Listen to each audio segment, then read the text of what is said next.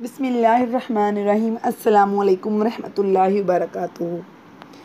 America में एक नौजवान कलमा गो मुसलमान था। दफ्तर में काम करता था। दफ्तर में काम करने वाली एक अमेरिकन लड़की से इसका ताल्लुक़ बन गया और इसकी मोहब्बत का ये ताल्लुक़ इतना बढ़ा कि इसने ये महसूस किया कि अब इसमें इसके बगैर नहीं रह सकता। चनाचा इसने वालिदैन को पैगाम भेजा कि मैं इससे शादी करना चाहता हूँ।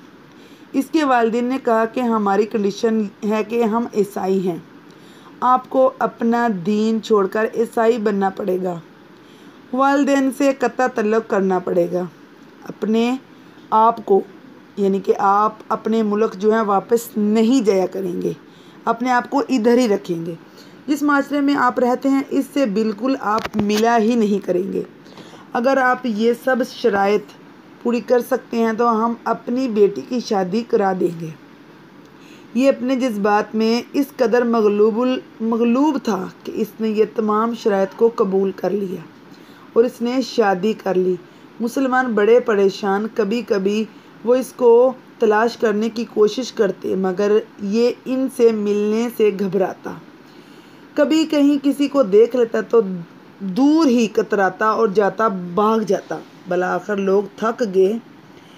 इसने कहा कि इसके दिल पर मोहर लग गई है। किसी ने कहा कि ये मर्तदिद हो गया है, किसी ने कहा कि इसने जहन्नम खरीद ली और किसी ने कहा कि इसने बड़ा महंगा सौदा खरीदा। हर एक की अपनी अपनी बातें थी। 3-4 साल इसी हाल में गुजर गए, यहाँ तक कि दोस्त अहबाब सबकी यादाश्त से भी निकलने लग गया। भोली बसरी चीज़ बनता चला गया। एक दिन इमाम साहब ने फजर की नमाज के लिए जब दरवाज़ा खोला तो देखा कि ये नौजवान आया। इसने वज़ू किया और मस्जिद में नमाज की सफ़ में बैठ गया। इमाम साहब बड़े हैरान हुए। इनके लिए तो ये एक चीज़ जो है बिल्कुल अजीब थी। नमाज पढ़ाई और इसके बाद इससे सलाम किया। फिर इसको लेके अपने हुजरे में गए और पूछा कि आज बड़ी मुद्दत के बाद आपकी यानी कि ज़ियारत नसीब हुई है या आपको देखा है मैंने। इस वक्त उसने अपनी हालत बताई कि मैंने इस लड़की की मोहब्बत में अपना सब कुछ कुर्बान कर दिया, सब कुछ मैंने अपना ज़ाया कर दिया। लेकिन जिस घर में मैं रहता था, मेरे इस घर में अल्लाह का कुरान रखा होता था। मैं जब कभी आता जाता इस पर मेरी नज़र पड़ती तो मैं अपने दिल में सोचता कि ये मेरे मौला का कलाम है, ये मेरे अल्लाह का कुरान है और मेरे घर में मौजूद है। मैं अपने नफ्स को मलामत करता। अमाल को मेरे जो हैं बुरे थे, अमाल तो मेरे बुरे थे, लेकिन दिल मुझे कहा करता था कि नहीं, जिसका मैंने कलमा पढ़ा है इससे मोहब्बत ज़रूर करता हूँ, इसकी निशानी मैंने अपने घर में रखी ज़रूर है। इस तरह कई साल गुजर गए। एक दिन मैं आया और हस्बे मामूल में गुज़रते हुए इस जगह पर नज़र डाली। मुझे कुरान नज़र ना आया। मैंने बीवी से पूछा कि यहाँ एक किताब हुआ करती थी, वो कहाँ है? उसने कहा गैर ज़रूरी चीज़ों को मैंने फेंक दिया है। अस्तगफिरुल्लाह। मैंने पूछा इस किताब को भी? उसने कहा हाँ। मैं वहाँ से वापस गया और कूड़े से इस किताब को उठा ले आया।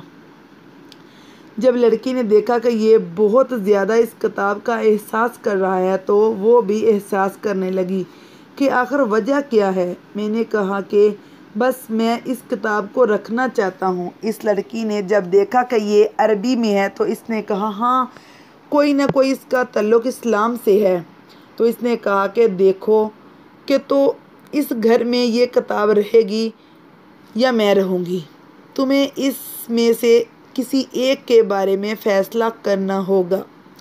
वो कहने लगा कि जब इस लड़की ने यह कहा कि मेरे लिए ये ज़िंदगी का अजीब वक़्त था, मैंने अपने दिल से पूछा कि तूने अपनी ख्वाहिश की तकमील के लिए वो कुछ कर लिया जो तुझे नहीं करना चाहिए था।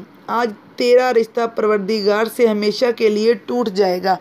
अब तू फ़ैसला कर ले, अब तू इसके साथ रहना चाहता है या इसके परवरदिगार को चाहता है। जब मैंने दिल में ये सोचा तो दिल ने ये आवाज़ दी कि नहीं, मैं अपने मौला से कभी भी नहीं कटना चाहता हूँ। मैंने उस लड़की को तलाक दी और दोबारा कलमा पढ़ा। अब मैं हमेशा के लिए पक्का मुसलमान बन चुका हूँ। किताब का नाम तमन्नाए दिल, सफ़ा नंबर जो है वो है 65।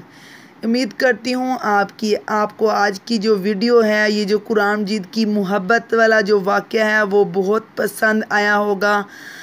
जाते जाते मेरी वीडियो को लाइक और मेरे चैनल को सब्सक्राइब करना मत भूलिएगा। जज़ाकिल्लाहु खैरन कसीरा।